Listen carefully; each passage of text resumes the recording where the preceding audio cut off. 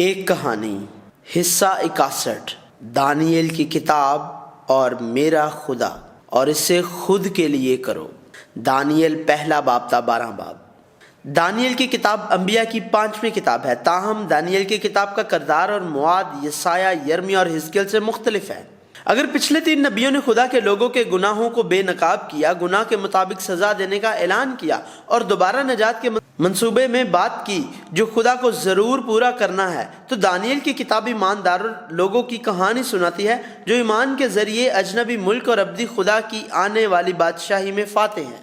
اگر حزقیل کو بابل پر دوسرے حملے کے دوران یہویاکین بادشاہ کے ساتھ اسیر بنا لیا گیا تھا، تو دانیل کو اس کے دوستوں کے ساتھ یہویاکین بادشاہ کے 3 سال بابل کے پہلے حملے کے دوران لے جایا گیا تھا۔ اس وقت 3023 افراد کو گرفتار کیا گیا۔ اس وقت پکڑے گئے بیشتر افراد شاہی خاندان کے افراد اور امراء تھے۔ لوگوں کو اسیر کرنے کے لیے لیا گیا لیکن اسیر نہیں۔ بابل کے بادشاہ نے ملک بھر میں اسیر کیے گئے شاہی افراد اور شرفا کے درمیان بے عیب اور حکمت میں ماہر نوجوان لڑکوں کو لیا جو بعد میں بابل کے لیے کام کر سکے، اور ان کو قصدیوں کے علم اور زبانیں سکھائیں۔ اس طرح کی تعلیم اور حکمرانی تاریخ میں حکمرانی کا ایک نظام تھا۔ جب بڑے علاقوں والی قومیں جنگ جیت جائیں تو شکست خوردہ قوموں کے شہزادوں یا شرفا کو گرفتار کر لیتی اور فاتح قوم کے بارے میں انہیں تعلیم دلاتی، انہیں اپنے لوگ بناتی اور ان کے ذریعے اپنی قوم پر حکومت کرتی۔ دوسری طرف منتخب کردہ لڑکوں کے لیے اگرچہ وہ قید میں ہیں، یہ بابل میں جو اس وقت کے سب سے بڑے ملک مصر اور اسور کو شکست دینے کے بعد مشرقی وسطی میں سب سے مضبوط بن کر ابھرا تھا، عہدے دار بننے اور اپنی باقی زندگی اچھی طرح سے گزارنے کا موقع تھا۔ یہ ان لوگوں کے لیے ایک بہت بڑا موقع تھا جنہوں نے خدا یا خدا کی بادشاہی کو نہیں دیکھا بلکہ صرف دنیا کو دیکھا، اور ان لوگوں کے لیے جو خدا اور اس کی بادشاہی کے خواہاں ہیں، یہ اس دنیا میں خدا کی خدمت کرنے کا صرف ایک عمل تھا۔ یہ بالکل معلوم نہیں ہے کہ کتنے لڑکوں کا انتخاب کیا گیا تھا، لیکن صرف دانیل اور اس کے 3 دوستوں صدرک، میشک اور عبدنجو نے فیصلہ کیا کہ وہ بادشاہ کے کھانے اور میں سے اپنے آپ کو ناپاک نہیں کریں گے، اور محافظ سے جو ان کی دیکھ بھال کرنے والا تھا درخواست کی۔ اس وقت بادشاہ کی طرف سے آنے والا اچھا کھانا وہ کھانا تھا جو ان کے معبودوں کو قربانیاں پیش کرنے کے بعد آتا تھا، لہٰذا انہوں نے کہا وہ اس طرح اپنے آپ کو ناپاک نہیں کریں گے، اور خدا کے فضل سے دانیل اور اس کے 3 دوستوں نے بادشاہ کے اچھے کھانے سے نہیں، صرف سبزیوں سے بہتر پرورش پائی اور صحت مند نظر آئے۔ اس کے علاوہ خدا ان 4 لڑکوں کو معرفت اور حکمت بخشی اور دانیل کو تمام رویاؤں اور خوابوں میں صاحب فہم بنایا۔ جنوبی یہودا اور یروشلم ابھی تک تباہ نہیں ہوئے ہیں۔ زیادہ تر لوگ یہودا میں رہتے تھے، اور اگرچہ وہ اس دنیا میں اسیر نہیں تھے، خدا کے خلاف مستقل بغاوت کی وجہ سے وہ روحانی گناہ کے اسیر تھے۔ تاہم دانیل اور اس کے 3 دوست دنیا میں قید تھے، پر یہ وہ لوگ تھے جو خدا کو جانتے اور اس پر یقین رکھتے تھے جنہیں دنیا برداشت نہیں کر سکتی تھی۔ صدرک، میشک اور عبدنجو آگ کی جلتی بھٹی میں۔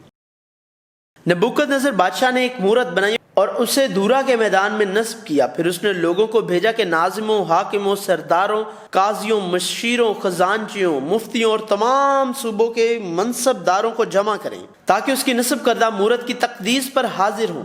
پھر جب تمام آلات موسیقی کی آوازیں سنی گئیں تو انہیں بادشاہ نبوکدنضر کی نصب کردہ سونے کی مورت کو سجدہ کرنے کو کہا گیا۔ اس نے کہا اگر کوئی بادشاہ کی نصب کردہ سونے کی مورت کے سامنے نہ جھکا تو فوراً ہی اسے آگ کی جلتی بٹی میں ڈال دیا جائے گا۔ اور موسیقی کے تمام آلات کی آوازیں سنی گئی اور ہر زبان کے تمام لوگ، قومیں اور مرد جھکے اور نبوکدنضر بادشاہ کی نصب کردہ سونے کی مورت کو سجدہ کیا۔ دانیل کے 3 دوست صدرک، میشک اور عبدنجو بھی وہاں تھے۔ وہ قید کر لیے گئے تھے، لیکن بابل ایک مضبوط قوم میں عہدے رکھتے تھے، تاہم وہ نہ جھکے۔ اگر وہ دنیا کی طاقت اور دولت کا پیچھا کرتے تو سر جھکا دیتے۔ انہوں نے اجنبی قوم میں دانیل کی طرح ایک شاندار زندگی کے لیے نہیں بلکہ خدا کو ظاہر کرنے کے لیے عہدہ سنبھالا، لہٰذا وہ جھک نہیں سکتے تھے۔ اور بادشاہ جو یہ جانتا تھا اس نے ایک اور موقع دیا اور کہا پھر کون سا معبود تم کو میرے ہاتھ سے چھڑائے گا؟ ان لوگوں کے لیے جو خدا کو نہیں جانتے اور خدا پر یقین نہیں رکھتے، معبود دنیا کی طاقت ہے۔ نبوکدنضر کی باتیں دنیا میں ٹھیک ہیں، لیکن انہوں نے اعتماد کے ساتھ کہا اے نبوکدنضر اس امر میں ہم تجھے جواب دینا ضروری نہیں سمجھتے، دیکھ ہمارا خدا جس کی ہم عبادت کرتے ہیں ہم کو آگ کی جھلتی بٹی سے چھڑانے کی قدرت رکھتا ہے، اور اے بادشاہ وہی ہم کو تیرے ہاتھ سے چھڑائے گا۔ ان کا اعتراف اس بات کا اقرار تھا کہ خدا ہی خدا کی حیثیت سے ہے۔ جب ہمیں اس کی ضرورت ہوتی ہے یا جب ہم کچھ چاہتے ہیں تو یہ محض ایک قادر مطلق مددگار کے طور پر خدا کا اعتراف نہیں تھا، وہ پہلے خدا کی طاقت کا اعلان کرتے ہیں۔ دنیا کے بادشاہ نے یہ کہتے ہوئے کہ کون سا معبود تم کو مجھ بادشاہ کے ہاتھ سے چھڑائے گا، کہا کہ وہ خدا سے بڑا ہے۔ تاہم انبیاء کی کتب بتاتی ہیں کہ یہ ان کی حماقت ہے۔ انسان سے جس کا دم اس کے نتنوں میں ہے باز رہو، کیونکہ اس کی کیا قدر ہے۔ اے آدم زاد والی سور سے کہہ، خداوند خدا یوں فرماتا ہے، اس لیے کہ تیرے دل میں گھمنڈ سمایا اور تو نے کہا میں خدا ہوں اور وسط بحر میں الہی تخت پر بیٹھا ہوں، اور تو نے اپنا دل الہ کا سا بنایا ہے، اگرچہ تو الہ نہیں بلکہ انسان ہے۔ کیا تو اپنے قاتل کے سامنے یوں کہے گا کہ میں الہ ہوں، حالانکہ تو اپنے قاتل کے ہاتھ میں الہ نہیں بلکہ انسان ہے۔ دانیل کے 3 دوستوں نے خدا کی حاکمیت کو مانتے اور قبول کرتے ہوئے کہا، اور نہیں تو اے بادشاہ تجھے معلوم ہو کہ ہم تیرے معبود کی عبادت نہیں کریں گے اور اس سونے کی مورت کو جو تو نے نصب کی ہے سجدہ نہیں کریں گے۔ خدا ہی وہ ہے جو انہیں نہ صرف آگ کی جلتی بھٹی سے بلکہ کسی بھی صورتحال میں بچا سکتا ہے، بلکہ اگر خدا کی مرضی ہوتی اور ان کو نہ بچاتا تو بھی یہ اعلان ہے کہ خداوند ہی خدا ہے۔ ہمارا ایمان خدا کی قدرت کاملہ کو تقسیم کرنے کی سطح سے خدا کی حاکمیت پر بھروسہ کرنے اور قبول کرنے کی سطح تک بڑھتا جانا چاہیے۔ تاہم حقیقت یہ ہے کہ ہماری سطح ہمیشہ ایک ایسے بچے کی طرح رہتی ہے جو قادر مطلق خدا کو اپنی خواہش بتانے سے اپنی خود مختاری کے مطابق خدا پر قابو پانے کی کوشش کرتا ہے۔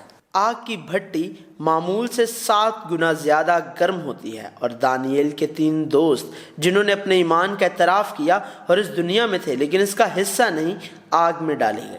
آگ اتنی گرم تھی کہ جن لوگوں نے اسے تیز کیا تھا وہ جل کر ہلاک ہو گئے۔ اب یہ ختم ہو چکا ہے۔ دنیا اس کو انجام، شکست اور موت کہتی ہے۔ اس دنیا میں یہ ٹھیک ہے، تاہم دنیا خدا کے بیٹے کو دیکھ نہیں سکتی۔ یہی یسوع مسیح جو اس جگہ جہاں 3 دوستوں کو پھینک دیا گیا تھا انتظار کر رہا ہوگا، یہاں تک کہ جب یسوع مسیح کو صلیب پر ملامت ملی، مر گیا اور قبر میں دفن کیا گیا، ہر چیز انجام، شکست اور ابدی موت کی طرح دکھائی دیتی تھی۔ اور یہ یسوع مسیح جس نے دانیل کے 3 دوستوں کو آگ کی جلتی بھٹی سے نجات بخشی، وہ خدا تھا جو قبر سے جی اٹھا، آسمان پر چڑھ گیا اور وہ اب بھی زندہ ہے اور کام کر رہا ہے۔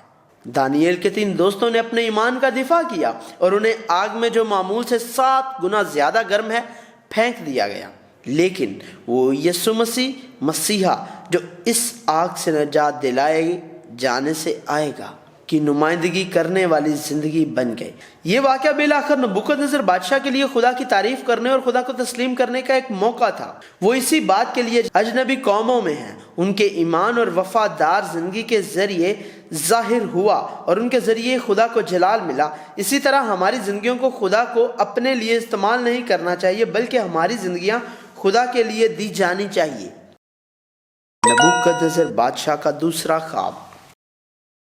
نبوکدنضر بادشاہ نے خواب دیکھا۔ اس نے زمین کے وسط میں ایک درخت دیکھا اور وہ بڑا اور مضبوط اور اونچا ہوا، آسمان تک پہنچا، زمین کی انتہا تک نظر آیا، پتے خوشنما اور میوہ فراوان تھا اور تمام زندگیوں کو اس درخت سے خوراک حاصل ہوتی تھی۔ لیکن ایک مقدس شخص نے جو آسمان سے اترا تھا، اس نے کہا کہ درخت کو کاٹ دو، اس کی شاخیں تراشو، اس کے پتے جھاڑو اور تمام جانداروں کو باہر نکال دو۔ اس کا مطلب یہ تھا کہ صرف درخت کا کندہ باقی رہے، گھاس میں آسمان سے شبنم میں بھیگتا رہے اور کسی حیوان کا دل دیا جائے، یہاں تک کہ اس پر 7 دور گزر جائیں۔ یہ اس وجہ سے تھا کہ لوگ جانے کے سب سے اعلیٰ انسانوں کی مملکت پر حکومت کرتا ہے، کسی کو بھی اپنی مرضی کے مطابق عطا کرتا ہے اور اس پر نہایت ہی عاجز کو قائم کرتا ہے۔ دانیل نے خواب کی ترجمانی کی اور کہا، تجھے آدمیوں میں سے ہانک کر نکال دیں گے اور تو میدان کے حیوانوں کے ساتھ رہے گا، اور تو بیل کی طرح گھاس کھائے گا اور آسمان کی شبنم سے تر ہوگا، اور تجھ پر 7 دور گزر جائیں گے۔ تب تجھ کو معلوم ہوگا کہ حق تعالیٰ انسان کی مملکت میں حکمرانی کرتا ہے اور اسے جس کو چاہتا ہے دیتا ہے۔ اس دنیا میں اس نے دانیل کے 3 دوستوں سے کہا،